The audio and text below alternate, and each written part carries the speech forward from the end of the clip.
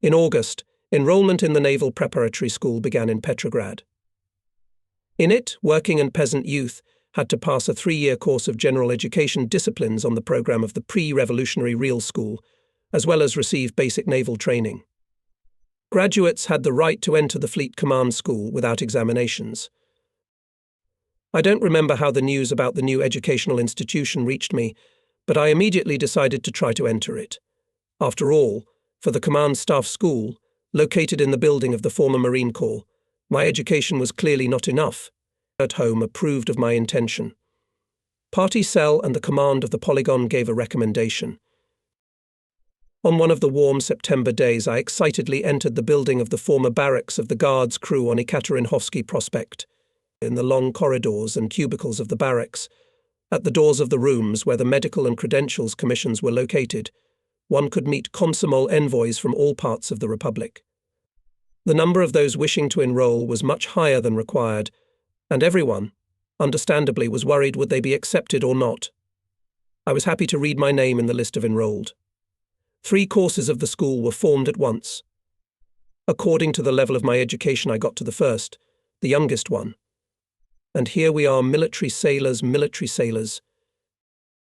The service began with formation training, study of regulations. Much attention was paid to political literacy. I remember what a great impression made on the cadets the decision of the All-Russian Congress of the Russian Communist Youth Union to accept patronage over the fleet.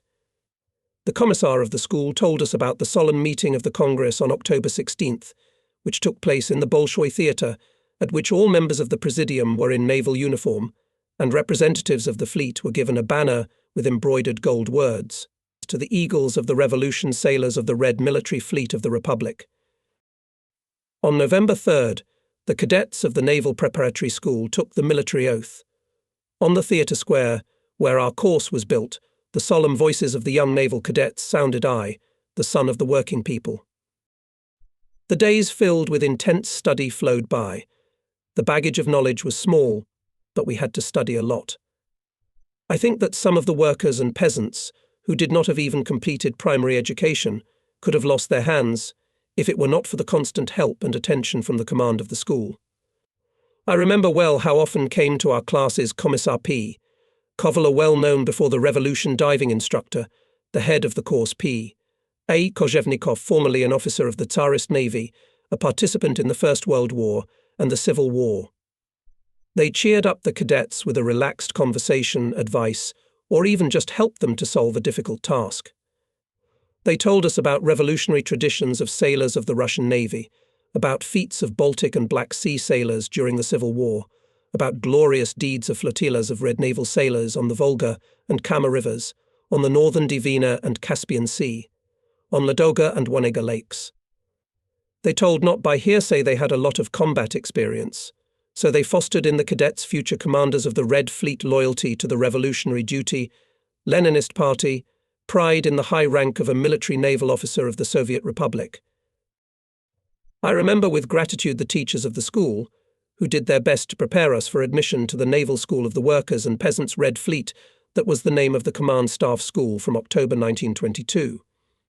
I and my fellow students will always remember the excellent teachers of special disciplines, Alexei Ivanovich Kolodniak, Vladimir Vladimirovich Danilov, and Anatoly Alexandrovich Rybaltovsky, Alexei Pavlovich Bilabrov, and Nikolai Georgievich Ganenfeld. Professor Vasily Vasilievich Sipovsky, corresponding member of the USSR Academy of Sciences, a well-known literary scholar and teacher, read literature magnificently. We listened with enthusiasm to bright, imaginative lectures on Russian history by Sergei Vasilievich Pritikinsky. The command managed to attract the best teachers of the city to work in the school. Our cadet life bore the stamp of that time. We had to tighten the belt from month to month for lunch and dinner. We were fed liquid soup of salted catfish with wheat and millet porridge with rancid oil. But this did not interfere with studies, numerous debates, amateur performances such as the then popular Blue Blouse and classes in clubs.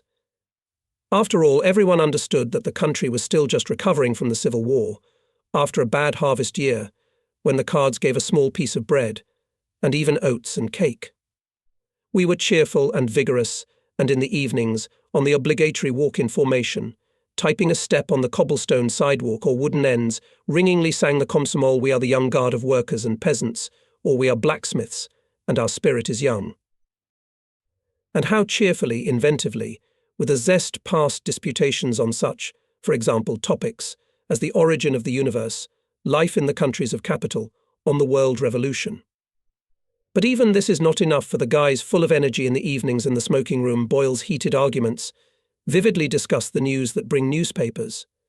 Smoke stands in a column, although among the active in the school there is a circle quit smoking. We smoke makorka, which is included in the rations of a naval officer. And of course we are proud of the colourful pouches presented by the chiefs. The chiefs of the school are Komsomol members of Tula. They visited us for several days, and a lot of naval hearts were conquered by pretty Tula women in red kerchiefs, which were indispensable at that time. Winter passed quickly. The spring sun was warming more and more, the ice on the Grybordov Canal, where the windows of our company's cabin looked out. Everyone was worried about how the summer practice would be held. Of course, we dreamed of the favourite since last year dinghy trips under sail, but even more about sailing on ships. The cruiser Aurora and the training ship Komsomolets, formerly Ocean, which had already entered into service after repairs, were already standing in Kronstadt. The cadets of the naval school were preparing to practice on these ships. What is there for us, military sailors preparatory? On one of May days of 1923, the school finally got the glad tidings the training ship Warrior was towed to the pier of one of the factories. On it we were to undergo practical training. Here, in the factory, Warrior, on which went to the training voyages even cadets and midshipmen of the Marine Corps, must undergo repairs, in which we will take the most active part. The school year is coming to an end. Now we go to the factory every morning in formation. At first it seems that the ship to put in order is impossible in the premises of years of dirt, rust, in the cabins and cabins is not even half of the required equipment, and that there is broken steam engine, boilers, auxiliary mechanisms have not worked for several years. Will we be able to get them working? But we do not lose our spirits and work hard from morning till evening. Vonmorov are distributed for work on the objects. Our third platoon, more often than others, gets cleaning of tanks of drinking and boiler water and into bottom space. It's not accidental at one time those who entered the school were distributed by platoons, built by rank, and in our left flank, cadets of small stature who can get through anywhere.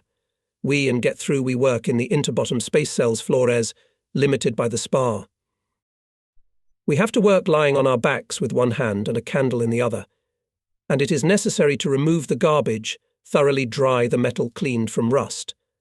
After an hour or two of work there is almost nothing to breathe, even the candle goes out. Then we climb out on deck, or at least stick our head out of the neck to catch our breath, to take a breath of fresh air. The command of the school tries to give us a discharge after the working day, and on weekends we go on dinghies on the bay near Kanonersky Island. The blisters from heavy oars harden on our palms, and still the best rest is on the water. I will never forget how a 6-oared yawl cuts the water surface under the measured as 2A, how the evening breeze fills the sails, and in the silence you can hear the water murmuring behind the stern. I came to the school already knowing how to manage a dinghy.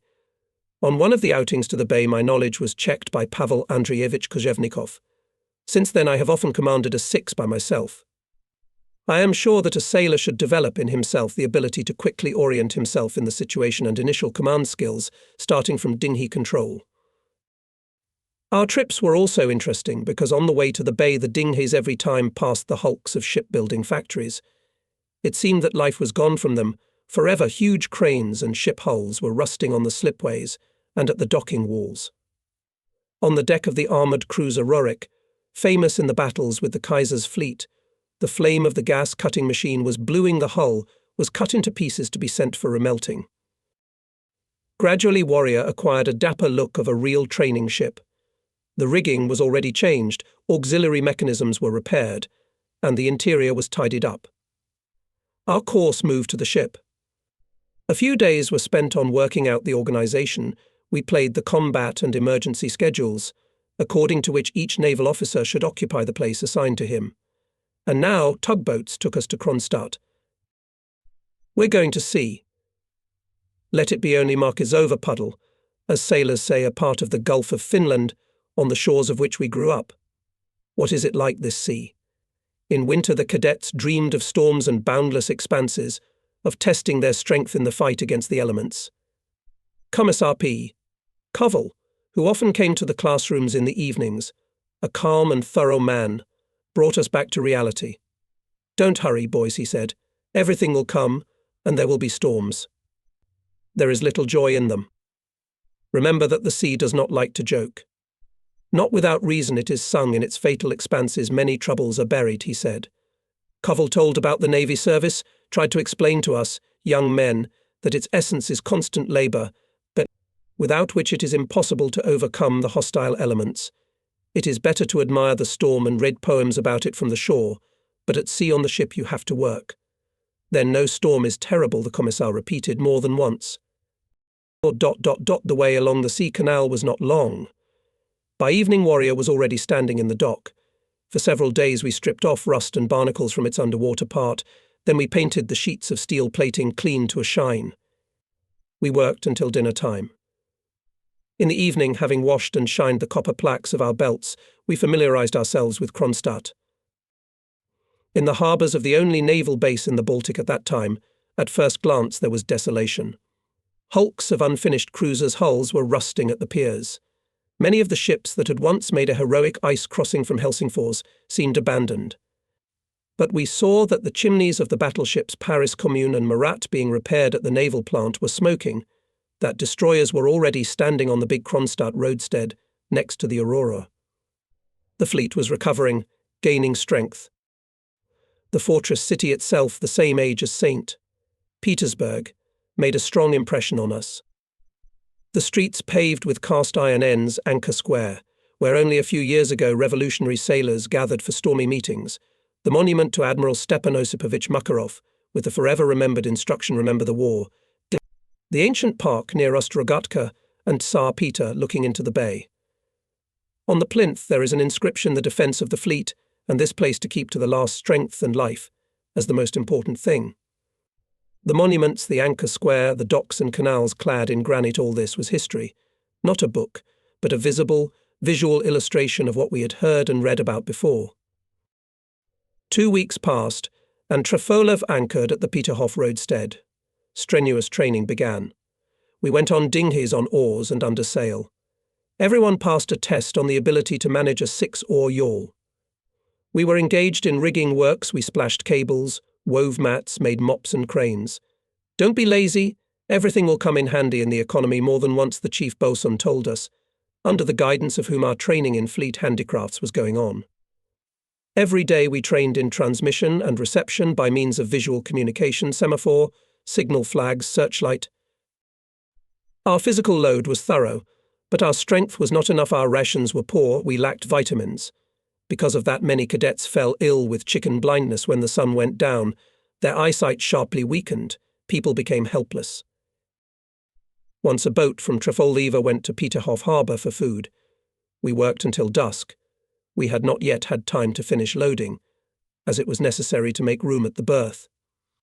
The bosun ordered the 2 cadets sitting in the dinghy to step aside for a while in the middle of the harbour, and we pushed the yawl away.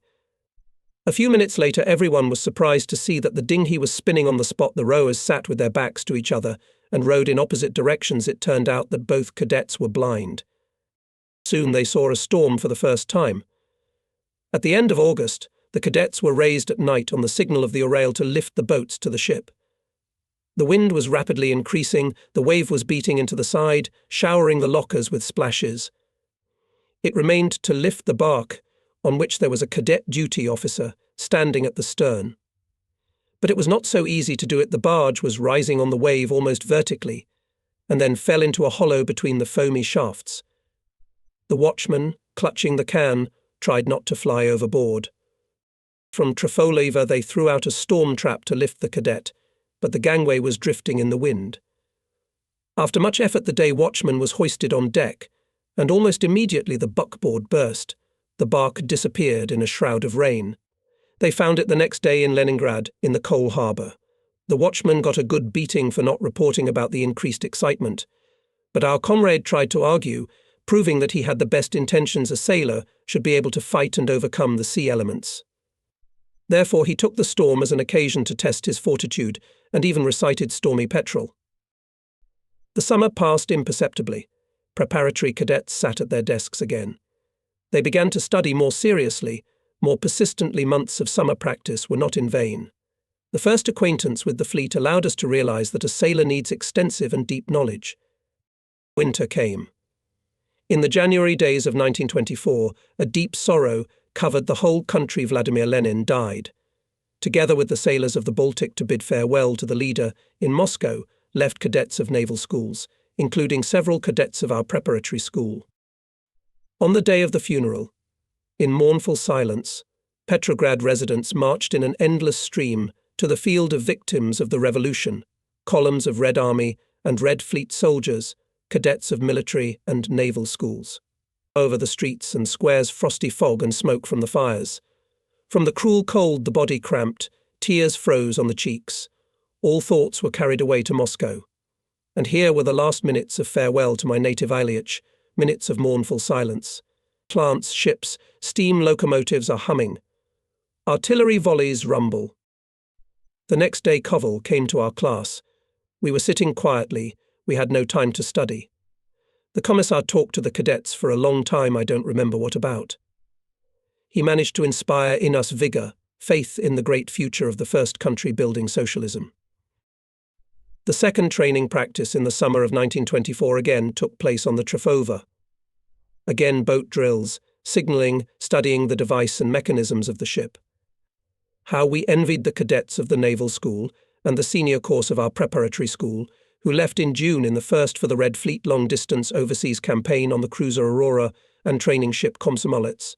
To think of it, to go around Scandinavia, to visit the ports of Norway and the Soviet North. In the fall, the preparatory school was disbanded. Now we studied at the preparatory course of the naval school, lived and practiced in its building on Vasilyevsky Island. Our next practice was different from the previous years. In the summer of 1925, we sailed on the training ship Komsomolets. We went to the island of Gogland, stood on the roadstead in the Luga Bay. The time was filled with studies. We were understudies on the upper watch signal, on the rudder, forward lookout, and on the lower watch in the engine and boiler rooms.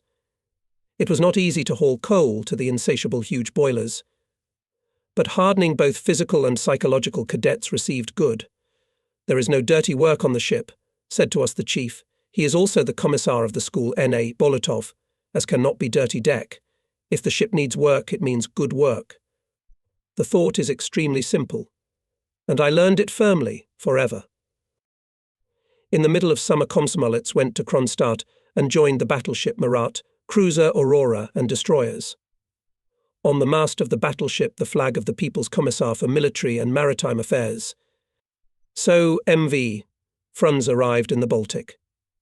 On the tank, at the Wick, there was no lack of forecasts. Everyone agreed that there would be a campaign. Our expectations were justified. A squadron of warships and a detachment of training ships went westward.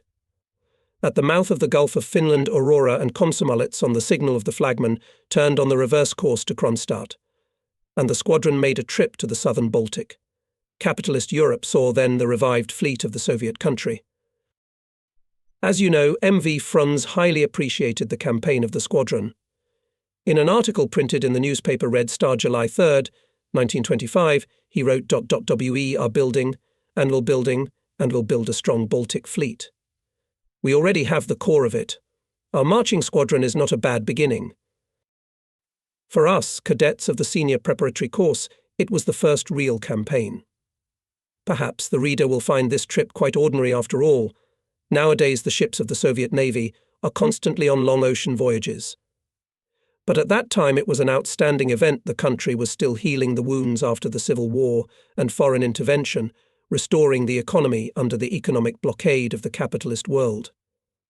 How much labor had to be invested in order to repair the warships, to provide them with fuel and everything they needed. Upon returning to Kronstadt, the cabins were filled with joyful news. Aurora and Komsomolets were going on a long voyage to the shores of the Soviet polar region. The ships will visit the ports of Sweden and Norway, will sail around Scandinavia. In general, they will repeat last year's voyage, made under the command of NNAN. Bolotov.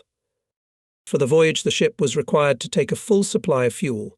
Soon tugboats pulled barges with coal to the board of Komsomolets. Round-the-clock emergency work began. It is difficult for sailors of our days to imagine coal-loading nowadays ships take the necessary stock of liquid fuel in a short time, and only a few people take part in this work. Another thing is coal loading. Practically the whole crew took part in it, and on the Komsomolets also the cadets. And here comes the work. Day and night cheerful music is flowing, brass band is playing on the tank. Coal is loaded by crane, carried in sacks, baskets they are loaded on the barge and delivered to the holds and coal pits by gangways. By the way, in the days of the coal strike, the advantages of not too tall cadets of our 3rd platoon were revealed. The thing is that we had to drag sacks of coal into such corners of the holds, where the guys from the right flank were making a lot of bumps on their heads. At last the loading was finished, but the deck and superstructures of the ship, which had just shone with cleanliness, are black with a thick layer of coal dust. And again we are on strike now. We wash and clean our Komsomolets from keel to keel. Preparation for sailing is completed by painting. A review is appointed. The commander of the ship, accompanied by an assistant, and the chief bosun goes around the deck and superstructures, then descends the gangway into a dinghy. The dinghy goes around the ship. The commander checks how the sides are painted. Evaluation excellent. Now it is not a shame to go with a visit to a foreign port. The long-awaited day of the beginning of the campaign is coming. The raids of Kronstadt are already behind us. Aurora and Komsomolets are heading to the southern Baltic, to the Swedish port of Gothenburg. But it is still a day's journey to the Zund Strait, which connects the Baltic and North Seas. Ships go leisurely, at a speed of something like 10 knots, and we have time to get a good look at the humpbacked island of Gotland, dividing the Gulf of Finland into almost 2 equal parts, brightly painted floating lighthouse at the beginning of the fairway to Helsinki. Teachers read to us from the logbook descriptions of coasts and lighthouses, navigational signs, cadets study maps of the areas that the ships pass. We also feel the breath of history. Former sailors of Komsomolets. Our teachers tell us about the battles of the Civil War and World War I, about the glorious deeds of the Russian Navy in the XIX and XVI centuries. I find in the ship's library A Brief History of the Russian Navy by F. Veselago, and I read with bated breath about the victories of Peter's fleet at Gangut and Gringam, at the very shores of Finland, which can be seen in the haze on the starboard side, about the attempt of the English fleet in the Crimean War to break through to St. Petersburg and the undermining of 4 ships of Admiral Dundas on Russian mines. On the campaign, I am on watch as a messenger on the bridge or a rower on duty lifeboat. I especially like to be a messenger on the bridge. You can hear a lot of interesting things. Teachers of the school navigators Nikolai Alexandrovich Sakellari and Ivan Nikolaevich Dmitriev, experienced sailors, participants of the Russian, Japanese and World War I, know so much, talk so fascinating. And the map of the Baltic, as if comes to life, begins to tell about the past. Here is the island of Odensholm. Here in 1914 the German cruiser Magdeburg perished after hitting the rocks. Russian divers examined the ship and found secret codes. Since then, the enemy's radiograms were immediately decoded by Russian intelligence. South of the island, on the Estonian coast, is the Baltic port. In 1916, German ships tried to approach it. This attempt ended with the death of 7 enemy destroyers on Russian mines. And behind the stern remained Nargan Island, on which the Whites in 1918 shot Bolshevik bolties from the captured enemy destroyers Spartacus and Avtroil. Passing it, on the Aurora and Komsomolets lowered the flag. The detachment goes to the Baltic Sea. The islands of the Moonsund archipelago remain on the port side. Ivan Dmitriev tells about how in the fall of 1917 here, under the red flag of the revolution, heroically fought with the German fleet ships of the Baltic Fleet. Life on the campaign goes measuredly, without special events. We are drawn into the ship service. We are on watch. In the evenings we clean potatoes in the galley with the whole platoon, do cleaning on the decks and in the rooms. In our free time we have no time to be bored. The cadets of the command and engineering schools, our preparatory course, who are on board the Komsomolets, rehearse a play, learn songs, and avid soccer players Misha Vies and Kostya Shilov even managed to train on the spar deck. In the meantime, the group passes the Danish island Bornholm and in a few hours pulls into the narrow Strait Zond, separating Sweden from Zealand, the largest island of Denmark. We look with interest at the beautiful, green-tiled roofed castle on the Danish shore. This is Kronborg, a prototype of Hamlet's castle. Finally, the strait is behind us. I am just on watch messenger, and I see how relieved sighs up on the bridge, N.A. Sekulari, the fairway in the strait, is complicated, navigators had to worry. We are already in the Strait Kattegat, and the ship begins to rock the wave coming from the northwest, from the North Sea. We enter Gothenburg, a major Swedish port, around noon. Artillery salute rattles, Aurora and Komsomolets are moored to the pier. On the cruiser quickly dumped parade gangway, to him dashingly approaches the already launched boat with hooks in snow-white uniforms. The command attention sounds down the gangway descends the commander of the detachment V.M. Orlov, the head and commissar of naval educational institutions, a handsome, trim sailor. The boat, blowing a storm behind the stern, goes towards the city centre. The commander of the detachment must pay a visit to the local authorities. Orlov stands at the stern, leaning on his gilded scabbard. Vladimir Mitrofanovich, we know in winter he came to our class, asked how we study, rest, who wants to enter what schools. Cadets respect Orlov. Teachers said that before the First World War he studied at St. Petersburg University, was twice arrested by the Tsarist Guard. In 1916, the former student became a midshipman. Then Ensign Orlov served on the cruiser Bogatyr. After the February Revolution, was elected to the ship's committee of the cruiser. In 1918, joined the Bolshevik Party. A few years later, in 1931, the flagman of the fleet of the first rank V.M. Orlov became the head of the maritime forces of the Republic. In the evening, one of the teachers translates Swedish newspaper reports on the arrival of Soviet ships. Leisurely correspondent describes in detail the appearance of Orlov and informs his readers that the commander of the detachment of red ships is nothing more or less than a direct descendant of Count Grigory Orlov, a favourite of Catherine the Great. The next day we receive guests. On the quay there is a long queue of people wishing to visit the ships. Swedes admire cleanliness of decks and premises, politeness of naval officers.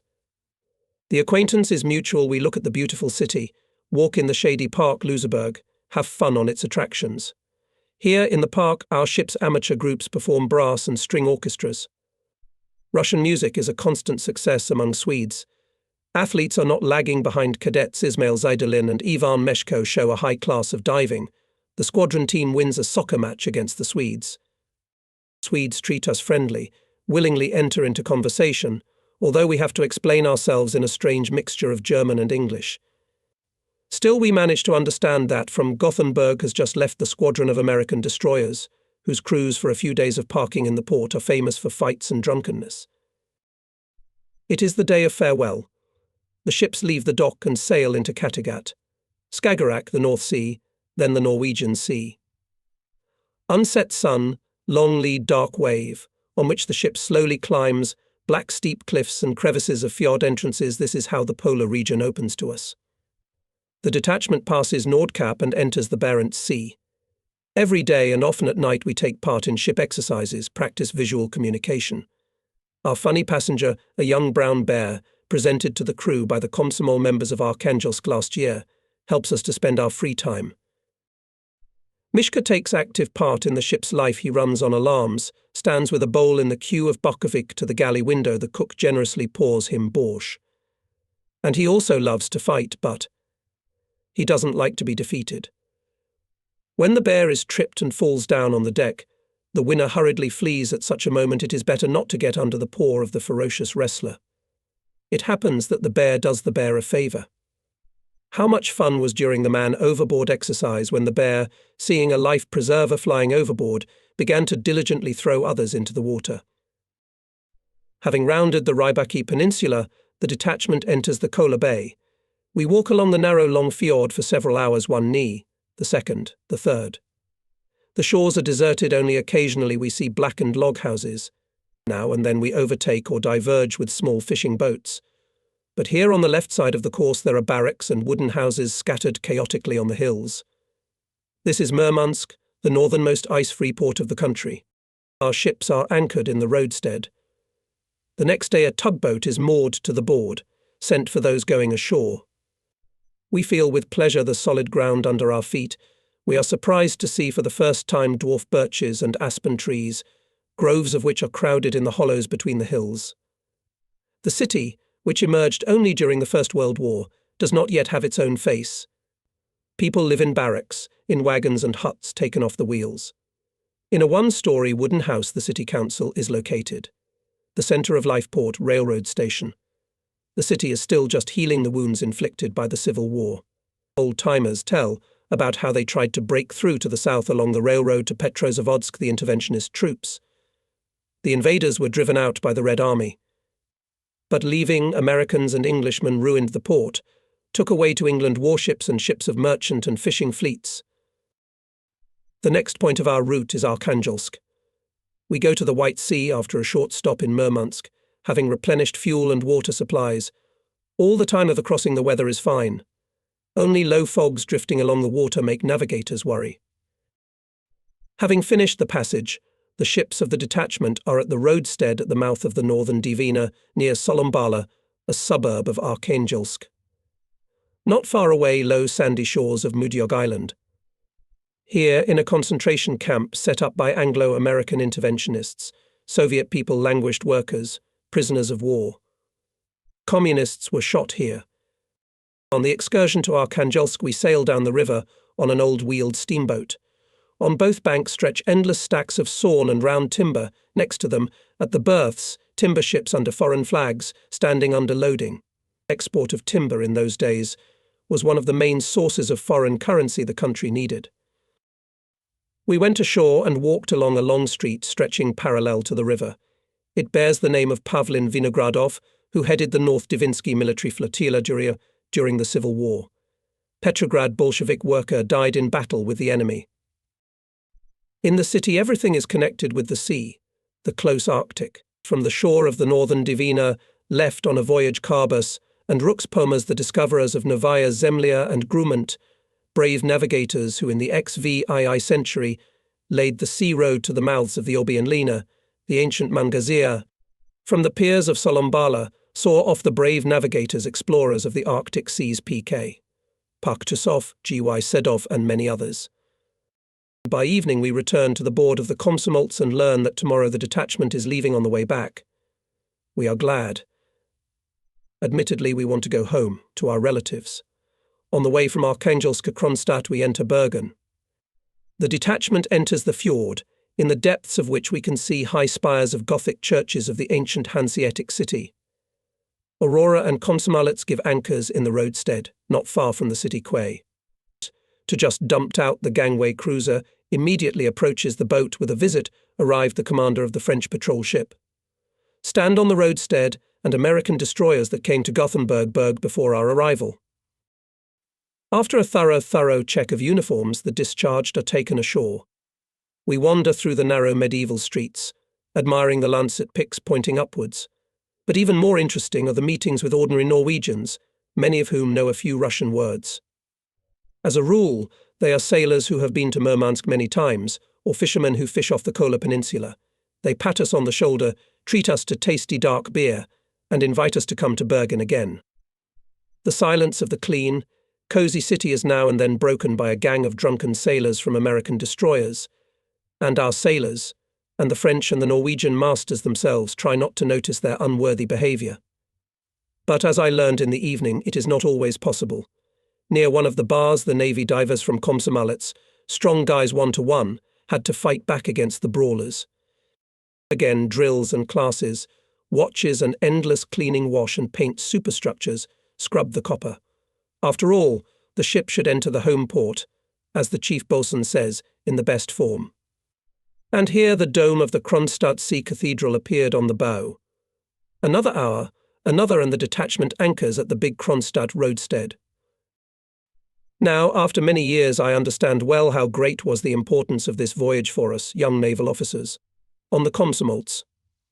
We not only kept watch together with the Red Fleet men, but also for the first time felt the beauty of the sea, loved the unique smell and bitter taste of splashes, the amazing and rhythmic dance of the waves. The campaign awakened in us a strong interest in the history of the Russian Navy, to the exploits of its warships and outstanding voyages of circumnavigators, explorers of the world ocean. So, we are already cadets of the first year of the Frunz Naval School.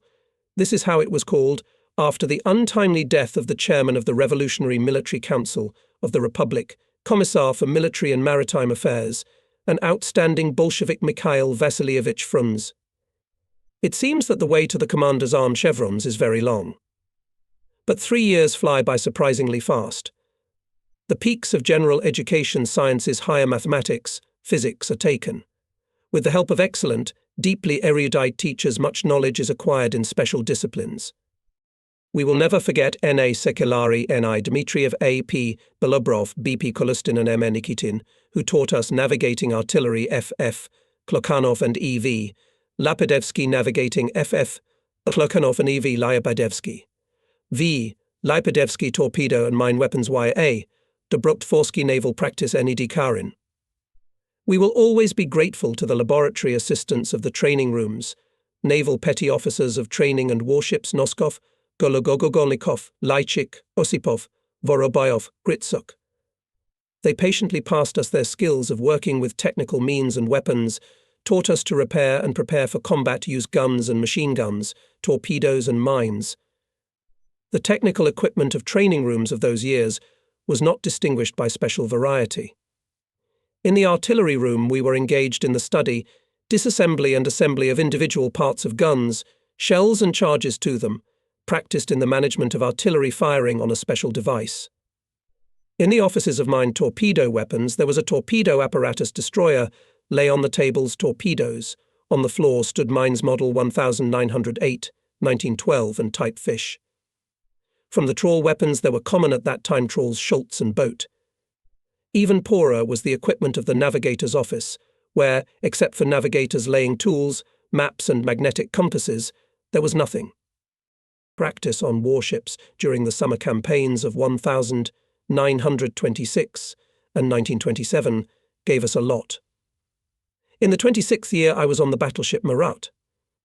The cadets meticulously studied the numerous mechanisms of the huge artillery turrets of the main caliber, 120mm guns, the work of all numbers of calculations.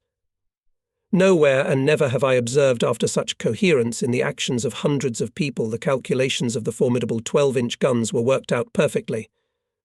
Every day we studied the huge ship, drew in our cadet books plans of its decks and compartments, with the location of the main mechanisms and devices. I remember that at the beginning it seemed to us that it was impossible even to memorize the location of the main rooms of the Murat. But by the end of the practice the cadets were already dashing in artillery calculations. In total darkness they fought with water and fire in the compartments. The summer practice of 1927 on the cruiser Aurora was also interesting. We improved our knowledge in navigating, conducted training artillery firing. After Aurora there was a voyage on the training ship Leningradsevet, known to more than one generation of Frunzians. Again, practicing navigational skills, navigating on the map, determining the place by stars and planets, the sun and the moon. YF Rawl, L.A. Polnov I.G. Georgiadi were the commanders of the ships on which we practiced in our cadet years. All our life we remembered them and tried to become the same good sailors, skillful educators, people of real, genuine culture. We will not forget ship specialists, with the help of whom we studied weapons and technical means, their combat application AA, Rule GA, Verbovic K.A. Planson V. I. Gorolkin V. F. Chernyshev. That same summer we visited minesweepers and destroyers, participated in training trawling, mine laying and torpedo firing. By the fall I already had an idea of most classes of ships of the fleet, the nature of their combat missions. The winter months of training on Vasilievsky Island dragged on for a long time. But summer was coming to the fleet. It was a joy to see how every year all new and new repaired and modernized ships came into service. In May 1928, the school produced a graduation. We traveled to the fleet's ship cadets, not yet having commanding ranks. And here came the fall, We are back in Leningrad. The head of the school, Fedorovich Rawl, reads the order. We are commanders of the Red Fleet. We are warmly congratulated by Commissar Y.V. Volkov, teachers and laboratory technicians. Farewell. Native school named after Mikhail Vassilievich Frunze. In November 1924, M.V. Frunze said some comrades, in connection with the lack of funds, is the idea that it is better to focus all our attention on the land army. This point of view is extremely erroneous. The Revolutionary Military Council stands firmly and unshakably on the point of view that the Navy is extremely necessary for us, that we must develop it further. We are facing the need to immediately start building new ships. The transition to the construction of a new fleet became possible only when the Komsomol members came to the fleet at the call of the party. Speaking at the RLKSM conference on June 17, 1925, M.V. Frunze assessed the contribution of Lenin's Komsomol to the strengthening of the country's sea power as follows: we now have a good, strong armed fist, which can be a reliable bulwark of the Soviet Union. And this, I repeat, we owe you to a large extent. That we owe those tens of thousands of members of the Union who were injected by you into the naval contingents and who managed to create a moral and material breakthrough there. In the year of our graduation from the school in the Baltic Fleet was already 3 battleships, 2 cruisers, 10 destroyers, 9 submarines and other ships. In the Black Sea, a new light cruiser Chervona Ukraina came into service, joining the previously restored cruiser Komintern, destroyers and submarines. The restoration of the fleet is finished. The program of military shipbuilding adopted in 1926 by the Council of Labour and Defence, designed for 6 years, is already being implemented. It provides for the construction of 12 submarines, 36 torpedo boats, 18 patrol ships, as well as major repairs of battleships, completion of 2 cruisers, and several destroyers. We became commanders. Saying goodbye to the school, I went to the museum, created by the efforts of its pupils. During the whole XIX century, the memorable gifts of circumnavigators, explorers of Russian America and the Arctic, participants of battles with Russia's enemies, combat officers, flocked here. I spent many hours here, looking at beautifully made models of ships of the Russian sailing and armoured fleet, portraits of admirals, heroes of long-ago sea battles. Thanks to the oldest teacher Leonid Alexandrovich Grossman, the permanent keeper of the museum of the school, who did so much to save and increase its funds. In the corridor, on the walls of which there are carved wooden figures, which once decorated the prows of sailing ships, we go out together with Konstantin Shilov, our closest friend during all the years of study. We are a little sad for 4 years the walls of the ancient building on the Lieutenant Schmidt embankment have become dear to us. After a month's vacation, the personnel department of the Baltic Fleet sends the graduates to the crew. The assignments to the ships have not come yet. We start training conscripts, the young replenishment of the Red Fleet. We do a lot of general military training. Well, we are not the first. Every year graduates of the Frunze School start their commanding service in this way. Of course, everyone wants to go to the ships, to the sea, as soon as possible. But soon I am convinced that time passes not without benefit. I learn to command, well assimilated not only the subtleties of formation training, but also the tactics of small arms units. It turns out that to command a platoon in defence and offensive, skillfully use small arms in combat, is not easy. And knowledge of fighting on land is clearly not enough, although the school gave the initial skills of general military training, and in the second year we further participated in exercises in the areas of Ropsha and Pulkova. Fortunately, we have someone to learn from. All junior commanders graduated from the famous Oranienbaum School of Combat Petty Officers, which existed in the pre-revolutionary years. In the First World War, its graduates, non-commissioned officers, showed themselves well in the battles near Riga against the Kaiser's troops, fought on the fronts of the Civil War with the White Guards and interventionists. In the 1920s, the school gave the Red Fleet more than 100 well-trained in shooting and formation training junior commanders. Petukov, my assistant platoon commander, not the first time prepares recruits, and with his help I soon master all the wisdom, become a real builder. My dapper chrome boots in a month have to be replaced by more durable Yalovi, and I am convinced what a great thing to be able to properly wind up the shoelaces. He who does not know how to handle portkanoks is not a soldier, says my platoon commander. The training of young Red Fleet men ends with a 3-day exercise near Pulkovo. The Baltic crew practices and passes the tasks on the actions of the rifle regiment in defence and offensive. It's December, the ground is frozen, but I, together with my men, dig full-profile trenches and equip cells for machine guns. We defend ourselves from the advancing Blues, and then go on the offensive and crush the enemy in the very places where our fathers and older brothers beat Yudenik only about 10 years ago. The events are not so old. Among the commanders and the crew there are their participants. Therefore, the exercises are intense, the young fighters act without any discount for peaceful days. Could we have thought then that years later, in the 41st, on these same borders, the guns removed from the Aurora will hit the enemy, and the Marine infantry and army units with daring attacks will stop, throw back the Hitlerites rushing to Leningrad, make them burrow into the ground? Probably more than one Baltic, more than one Black Sea sailor in those days kindly remembered their strict teachers from the Navy crew knowledge of shooting. Ability to act on land came in handy. And many graduates of the Iranian bomb school became good all-army commanders.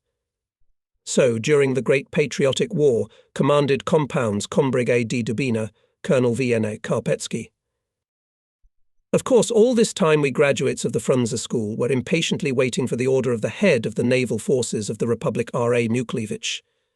Talks about what fleet, what ship, what specialty we would have to serve in did not stop for a single day. I was sure that I would get an appointment as an artilleryman on a battleship, because after graduation I had been trained on the Marat as an assistant commander of the main caliber turret.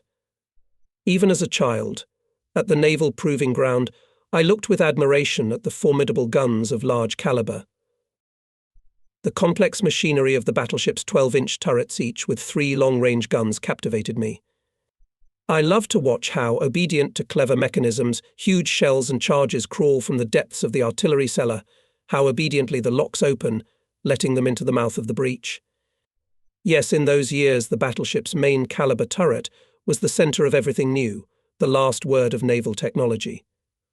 It is clear that I wanted to serve on huge ships, which in those years constituted the combat core of all the fleets of the world, and was pleased with the conclusion in my attestation: to be appointed assistant turret commander on a battleship. That's why the appointment to torpedo boats was a complete surprise for me. What torpedo boats are, and how to serve on them, I imagined rather vaguely. In one of the rooms of the crew in the fall of 1928 lived teams of 2 torpedo boats under construction at the factory, and we asked with interest their commanders, dressed in leather suits and flight helmets. Torpedo boats will still show themselves, they said. Power, speed, manoeuvre, we have it all. But it did not occur to me at that time that soon I would have to become a gunboatman, to forget about big artillery ships forever. Together with me, my classmates I, Kruglov, V.M. Narikov, S.D. Solukin, as well as F.S. Okyabersky, who graduated from the parallel classes of the command staff of the school, became torpedo boat commanders. From the headquarters of the Baltic Fleet, located then in Kronstadt, in the building of the former Marine Assembly, we came out somewhat confused, had to master completely unfamiliar ships, new weapons that appeared in the fleets of maritime powers only by the end of the First World War. But anyway, for a military man, an order is an order. On the ice we reached Kronstadt on foot, a small artificial fort island built under Peter the Great to the south of Kronstadt. Here was the base of the 1st Baltic Torpedo Boat Detachment, whose commander was V.F. Chernyshev. During the First World War, Kronstadt served as the base of the mine detachment. From that time, near the lighthouse in the locality it is called Lower Kronstadtskogo Dvora, there is a small house, which housed the headquarters of the detachment, near built a hangar for boats. We were received by V.F. Chernyshev, familiar to me from my cadet years on Komsomolets and Marat, on which he served as a senior navigator. We also got acquainted with the commissar of the squadron A.F., Berilov. We were lucky Vice-Volod Feodosievich Chernyshev, son of the famous academician metallurgist F. Chernyshev, was a man of great culture, a real intellectual. During the First World War, after graduating from midshipman classes, he commanded a motorized minesweeper and gained considerable combat experience. From the very first days of service classes began. They were conducted by the commanders from the small squadron headquarters Minor A, K. Planson, Mechanic V, I, Gorelkin and Vice-Volod Fyodosievich Chernyshev himself, under their guidance and with the help of N.E. Cavan and I. A. Novikov, commanders of the 2 torpedo boats available in the detachment we studied the material part. Training aid. Was nearby, just entered the fleet of the first domestic-built boats of HA-4 type, put in the boathouse, until spring. The history of creation of these boats is as follows. Starting from 1923, a group of young specialists of Tsaji, under the leadership of A.N. Tupolev, developed the project of torpedo boat of coastal action and 3. This boat, named Pavinets, was tested in the summer of 1927. Firstborn had one torpedo caliber of 450 mm and developed a speed of up to 54 knots. Later A.N. Tupolev created another, somewhat larger boat Ant 4, and then, according to his project in 1928, began serial construction of torpedo boats of the HA-4 type. The crews of the boats consisted of well-trained petty officers, motorists and bosuns. I.A. Volkov V, Alexeyev V, Luchinin A, Aladin A, Bogdanov B, Ivanov and L. Valchuk, without sparing any time, literally tended the mechanisms and hulls of their boats. Kavin and Novikov, as well as some petty officers, already had sailing experience. They acquired it on the Black Sea, where they delivered from the Caspian Sea, seized in Enzel from the British interventionists, torpedo boat type Thornycroft.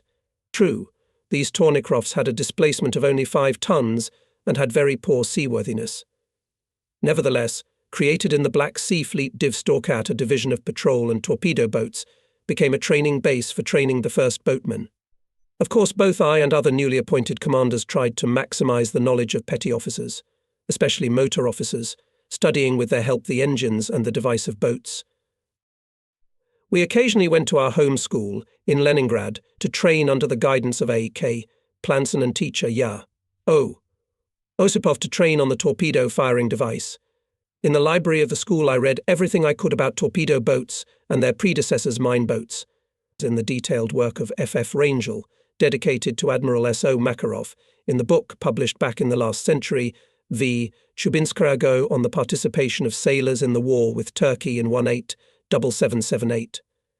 Described in detail the courageous actions of mine boats that sank or damaged several ships with the use of torpedoes, self-propelled mines Whitehead, as they were called at the time. Mine boats also acted well in the Russo-Japanese War. With torpedoes, they destroyed Japanese destroyers trying to break into the harbour of Port Arthur, and in many issues of the favourite Naval Commander's Magazine Marine Collection, described the actions of British, German and Italian torpedo boats during the First World War. With special attention I studied the use of torpedo boats in Zeebrugskoy operation of the British Navy in 1918, the organisation of strikes on the ships of the Austro-Hungarian fleet in the Adriatic. I learned that the British, it turns out, even in the course of the war, realised the significant shortcomings of 5-ton Thornycroftovi with one motor and moved to the construction of larger, the so-called 55-foot boats with 2 motors, armed with 2 torpedoes. With a displacement of about 10 to 12 tons, they had a speed of about 40 knots. In the attack on the ships of the Red Fleet in 1919 participated boats of this type. On the actions of British boats against our fleet in the Baltic in the Civil War, in one of the winter evenings we once gave a lecture, with a detailed analysis on the map, the commander of the detachment. On Churchill's personal instructions, 2 5-ton torpedo boats were smuggled to Terioki in June 1919. They were at the disposal of British intelligence. They delivered spies to Petrograd, ferried them back to Finland, acted on the instructions of the intelligence service agent, the famous Paul Dukes. The shallow draft allowed Thornycrofts to pass north of the Kronstadt forts and remain undetected for a long time. On June 13th, a counter-revolutionary mutiny began at the forts Krasnaya Gorka and Grey Horse, prepared by agents of British intelligence and White Guards. Battleships Petropavlovsk and Andrei Pavlosvany and battleship cruiser Oleg left Kronstadt to bombard the mutineers. On June 16th, unnoticed guard English boat released a torpedo from a distance of 2.5-3 cables and sank the cruiser, which was near the lighthouse Tolbukin. The destroyers guarding the Oleg opened fire too late, and the British returned safely to Terioki. In the following months, torpedo boats of the enemy repeatedly tried to attack the ships of the Red Fleet at sea, but met by artillery fire, did not succeed. However, the British Admiralty did not give up its intention to destroy the ships of the Baltic Fleet. Since all attempts to break through to Kronstadt ended in failure and significant losses, the interventionists decided to transfer a division of torpedo boats to the Gulf of Finland. On July 30th, 7 55-foot Tornicrofts came to the port of Bjork. These boats and one of the earlier 5-ton boats attacked our ships in Kronstadt on August 18th. Chernyshев showed us on the map the path of the British from Bjork to Kotlin, told about the skillful actions of the commander of the duty destroyer Gabriel, which successfully evaded the torpedo fired by the enemy and sank 3 torpedo boats by artillery fire. Still, the enemy managed to torpedo the outdated battleship Andrei Povozvany and submarine base Memory of Azov, but the main task to sink the battleship Petropavlovsk and cruiser Rurik was not accomplished, despite the good interaction between torpedo boats and the British aircraft, which simultaneously with the torpedo attack bombed the harbours of Kronstadt. The lecture caused a lot of debate among young commanders about the tactics and combat capabilities of torpedo boats, ways of their development. All this was of great benefit in search of arguments to support this, or that point of view. We had to go through extensive literature on combat operations at sea in the First World War. Thus we collected numerous materials on the development of combat boats in foreign fleets in the post-war period. Even before the ice broke up on the bay, we studied the first domestic torpedo boats down to the cogs. We could be proud of our small but formidable warships.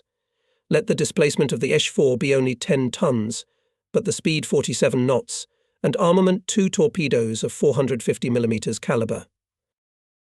By spring I already had my own crew, 5 petty officers and Red Fleet men. Over the winter we prepared ourselves to accept the ships from the shipyard with knowledge. And now, with the beginning of navigation, I was taking the crew to Leningrad. We had to take the boat and use it for factory and state tests. Our boat, No. 31, is of Shesh-4 type, designed by A.N. Tupolev. The hull is made of duralumin, a new material just mastered by the Soviet industry. 2 powerful aircraft engines, Wright Typhoon, provide high speed. The first Soviet torpedo boats were built by people from whom you can learn a lot. Vladimir Vasilievich Razumov, the head of the Komsomol and Youth Workshop specially created for the construction of torpedo boats, is an exceptionally erudite and versatile engineer who knows his business very well. While supervising the construction of the boats, he also actively worked on the design of missiles, headed the initiative group of Leningrad, and a little later led the design and construction of the first Soviet airships of rigid construction. I also remembered other builders of Tupolev boats, engineers A.N. Kalmakov V.I., Izakov V.M. Berlikov, ship assembly workers G.N.N., Borovsky, A.A. Karpatin N.K., Belokon, B.A. Belokon, B.A., Artsabashev, motorists A. Aladin P. Saichev and N. Gromov. Red Fleet crews worked together with them both in preparation for outings and at sea. It helped to learn all tricks and vagaries of mechanisms. Acceptance tests of the boats were conducted by the Commission, the chairman of which was A.K. Vekman, former commander of the Baltic Fleet, and the construction was supervised by the staff of the then-existing Komab-NE, Alexeyev, V.D., Zaloga, M.N. Chernetsky, and the Control Master D.D. Solukin, brother of Sergei Solukin, my classmate, future admiral. The commander of the squadron V.F., Chernyshев, also took part in the tests. Of course, not everyone went out to sea for sea trials after all. Even the crew was cramped on the boat, and there were no cabins or quarters on the Eshi-4. As a whole, the sea trials were normal, but there were some adventures. I remember one of the days of testing for full running mode, when the boat was running on the channel between the Sea Canal and the small Kronstadt roadstead. 2 650 horsepower engines roared deafeningly at 2200 RPM. We almost flew over the smooth surface of the water, the stroke of 48 knots, 90 kilometers per hour. Suddenly a tongue of flame came out of the gasoline compartment at the stern afire. Aviation gasoline is no joke. If you hesitate, there is a possible explosion. A.D. Raspopov, a mechanic of our squadron, rushed into the compartment with a fire extinguisher in his hands. Oiled rags and oil were burning. Fire extinguishers could not knock out the flames, so we used Cape bushlats, sand taken on the boat instead of torpedoes as ballast. Still, it was possible to prevent the explosion of gasoline and put out the fire. We started to find out the cause of the fire and found out that the fire was caused by strong heating of the bearings of the propeller shafts. We were towed to Kronstadt by a passing boat, which was nearby. Everything ended safely, but Razumov only shook his head, looking at hopelessly spoiled shaft necks.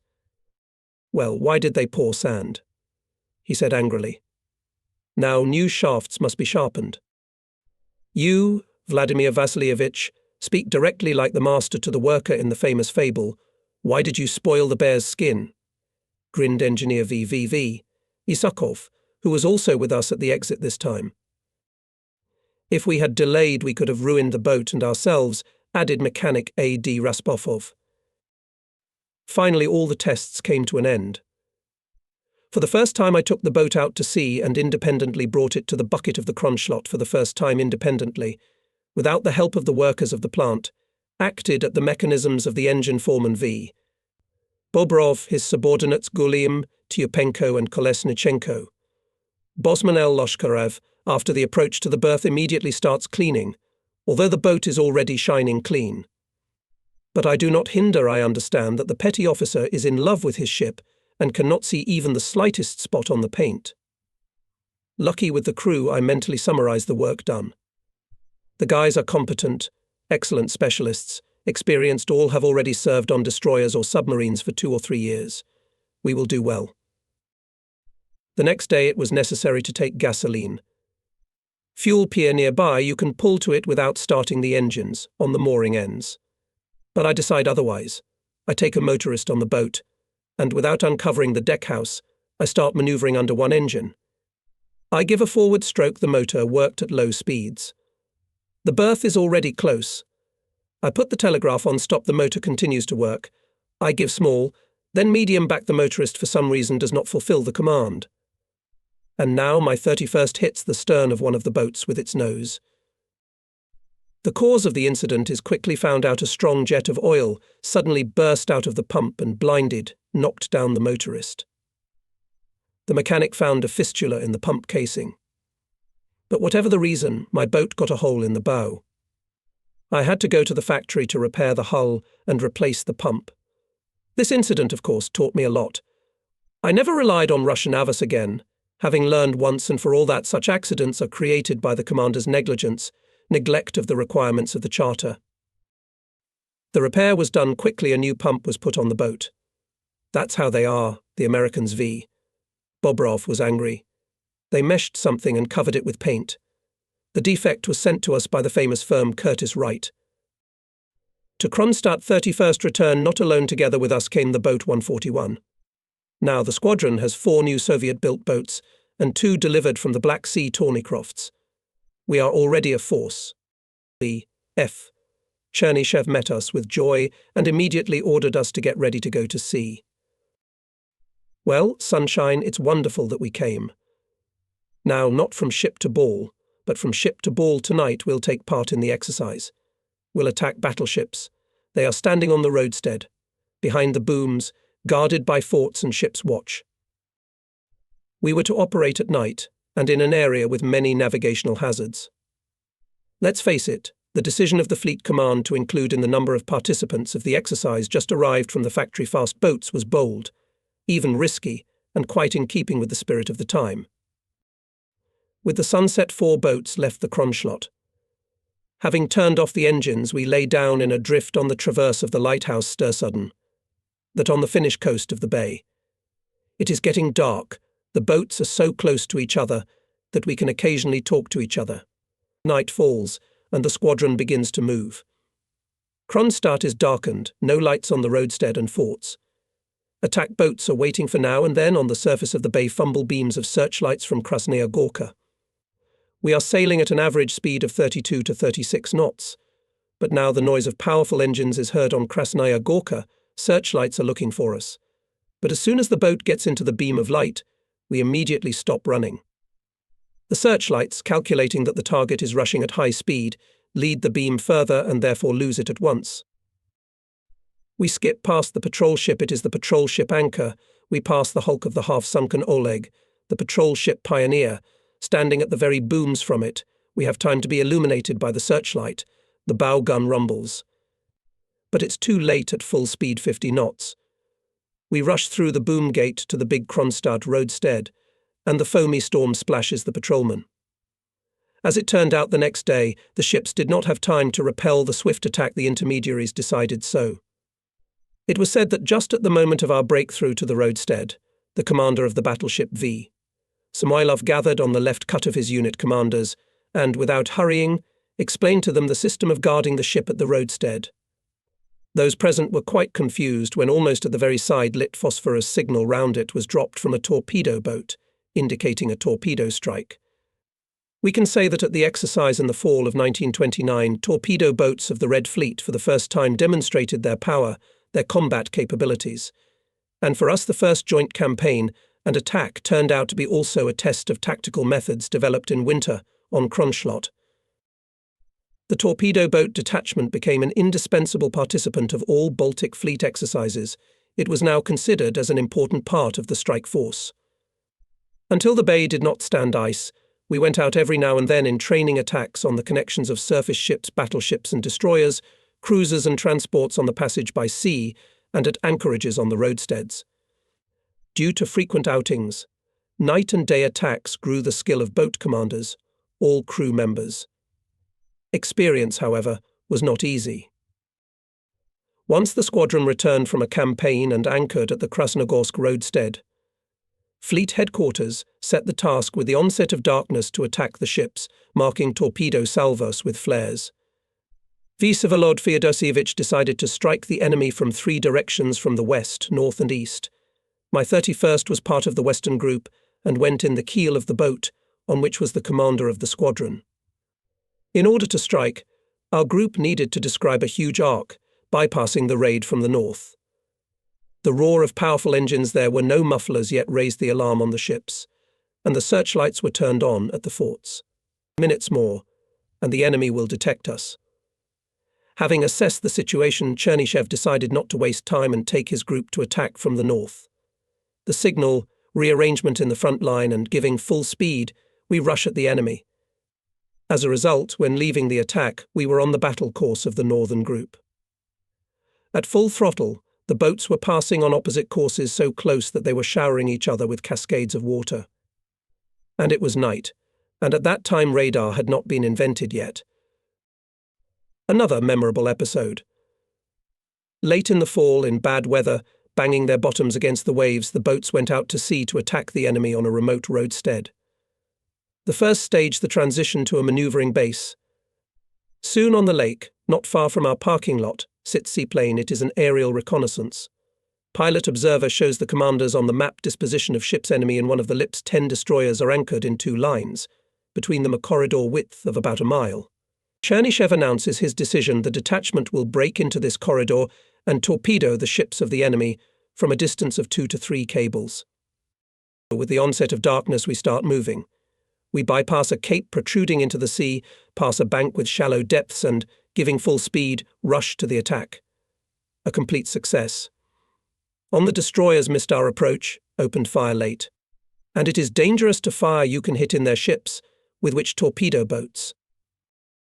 We're coming back in a tight column.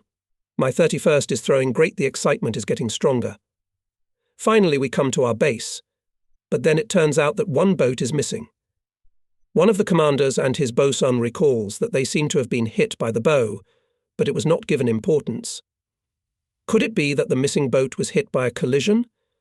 It is impossible to go out to sea to search, it is stormy.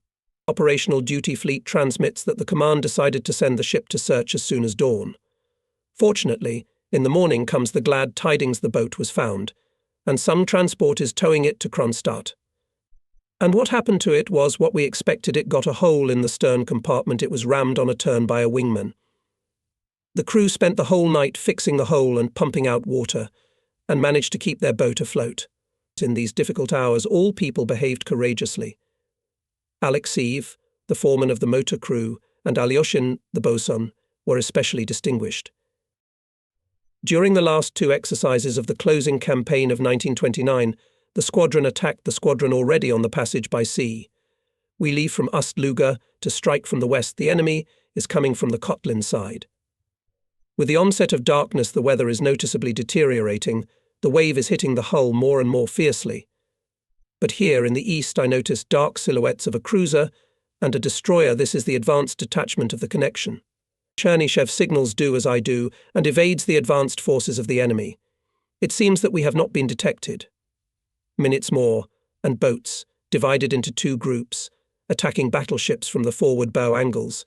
Rockets fly up, indicating torpedo salvo, and we, having reorganized in the keel column, go to the east, to the base. A large oncoming wave makes us reduce the stroke, but the open deckhouse still floods. From time to time we pass through charges of wet snow. The boatswain and I are not wearing a dry thread. An hour or two passes, and it becomes a little easier. Wet woolen underwear, like a compress, keeps the body heat. The wave throws the boat so much that the compass card rotates like a merry-go-round. It is impossible to take off the course. The shores are not visible. It is impossible to determine by lighthouses or other coastal landmarks. The boat of the squadron commander changes course several times, probably. Chernyshев is not sure of the calculated place, afraid to lead the squadron on the bank or rocks. Finally manages to locate the lighthouse Shepelevsky. Boats increase the stroke. The base is close. We are moored with almost empty gas tanks. A little more, and we would have been left without a way to the sea. The Kronstadt is plunged into darkness as a pity. Our homegrown power station is out of order. The base commander of the detachment, PA, Kuznetsov, is trying to illuminate the edge of the booms with a battery lantern. Boats one after another approach the pier. The last on the wall appears stocky figure of the squadron commander. Water streams down from his raglan. In his hand a map, crumpled, wet. In a few minutes all the commanders in the wardroom are silently warming themselves with strong tea. Then, interrupting each other, they remember the difficult transition. Yes, my darlings, such a thing has never happened in my navigating or commanding practice. Vsevolod Feodosievich suddenly bursts into loud and, as always, infectious laughter. This is not a battleship deckhouse. It is always warm and dry there. And here was the last exercise of that year, a creditable one for the Baltic fleet. The squadron is fighting with the blue breaking through from the west, the guns of forts and battleships rumbling, manoeuvring on the beach near the Tolbukin lighthouse. Closer to the southern shore of the bay can be seen destroyers. In the west showed the smoke of ships blue. Battleships, probably, see the enemy long ago. Their sighting and rangefinders for dozens of meters rise above the water surface. Not like us. But the enemy detects small boats also at a short distance. The destroyers begin to put up smoke screens. This is the signal to attack the torpedo boats, with the support of destroyers rushing towards the blue. Rapid rapprochement, exit to the point of salvo. A rocket flies into the air, indicating a torpedo strike, and we lie down on the curse of departure. Now, to Kronstadt. Ahead of winter, work on repair of boats, put in the hangar on keel blocks, classes with the crew, commander's training, and so until spring. And as soon as the sun warms up, the bay is cleared of ice again. Combat training. This is how the Baltic sailors prepared for future battles year after year on a small space in the eastern part of the Gulf of Finland. The scope of the exercises was modest for the present times, both in terms of the forces that took part in them and the water area covered. But the Red Banner Baltic Fleet was mastering new ships, practicing the interaction of heterogeneous forces, honing combat skills. Here were trained a cadre of excellent sailor warriors, developed tactical techniques that successfully withstood the harsh test during the Great Patriotic War.